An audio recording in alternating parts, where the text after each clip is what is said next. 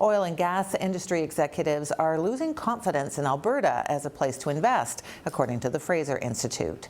In its 2015 Global Petroleum Survey, execs still place Alberta in the top 5 when it comes to investment in countries with large reserves. But the province has slipped from second to third place since last year. The list is based on things like taxes, political stability, security, and laws. When asked to rate all 126 jurisdictions around the world based on regulations and business conditions, though, Alberta has fallen from 16th to 38th place.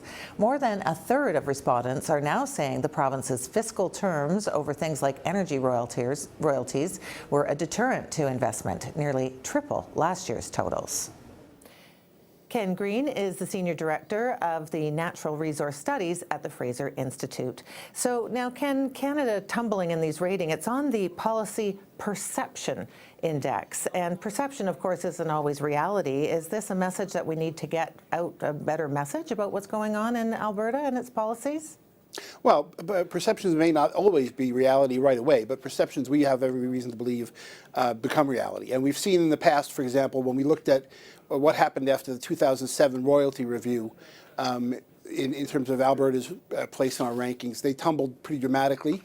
And then several years later, when the data was analyzed about economic investment, investment in the sector, it was seen that Alberta's actual investment had declined, while that of Saskatchewan and British Columbia had increased at the same time with the same world oil prices. So we have a good reason to believe that perceptions, in fact, in this case, do reflect reality.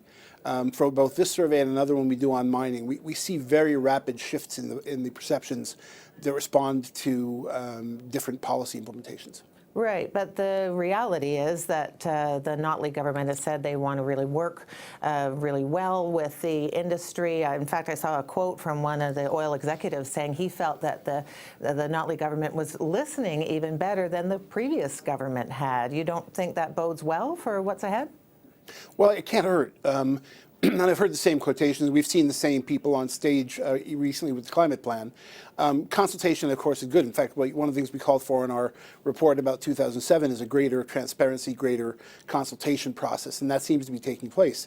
What really is going to matter at the end of the day is what the policies look like. And at this point, it's not that I don't believe the major oil company executives. I certainly do, and trade associations such as CAP. But right now, before rules have been finalized, there's not going to be much of a desire to antagonize the new government. And so I would expect that kind of positive talk to be the case now. But when we see hard numbers entering the system, I think that's when you're going to see people really expressing themselves with their money instead of their words. But when we see that Canada is, yes, Alberta has fallen down, but, Canada's still up in that top 5, and its company in that category, United Arab Emirates, Qatar, Kuwait. I mean, these are places that have a lot of issues, including human rights issues and so forth. Is there not a way to get the message out about Canada in that way, that this is a very stable place to invest? Well, I think that is the case. I mean, when you compare large reserve holders against one another, Alberta is comes third in the world, and Canada is still a very friendly place in terms of the security of the infrastructure, security of the country, the infrastructure, the trained workforce, the sound currency and property rights and things like that, rule of law. There are many things that distinguish Canada as a positive place to invest.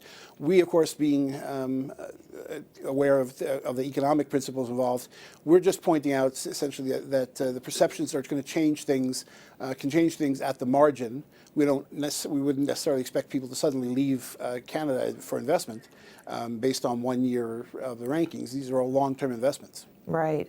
And I mean, everybody knows that, this sector has really been hurt, a lot of pain in Alberta. But you think a lot of that is not just related to the price of oil, it also has to do with missteps in government policy? I think it has to do with an injection of uncertainty that has come about with the announcement of 3 or 4 different things that can all affect the industry, affect the bottom line, and yet the details are slowly trickling out. And what we know, again, from both of the surveys we do and from discussions and comments by the executives in both oil and gas and mining, is that uncertainty is absolutely toxic to them when it comes to attracting investment. Because you put money into production of oil and gas long before you actually make your profits back out. And so the prospect is somebody could change the rules in the middle of the game. The higher that looms as a real prospect, the more uncertainty we're going to see, and the more cautious people will be about their investment. All right. Well, thanks for being with us, Ken.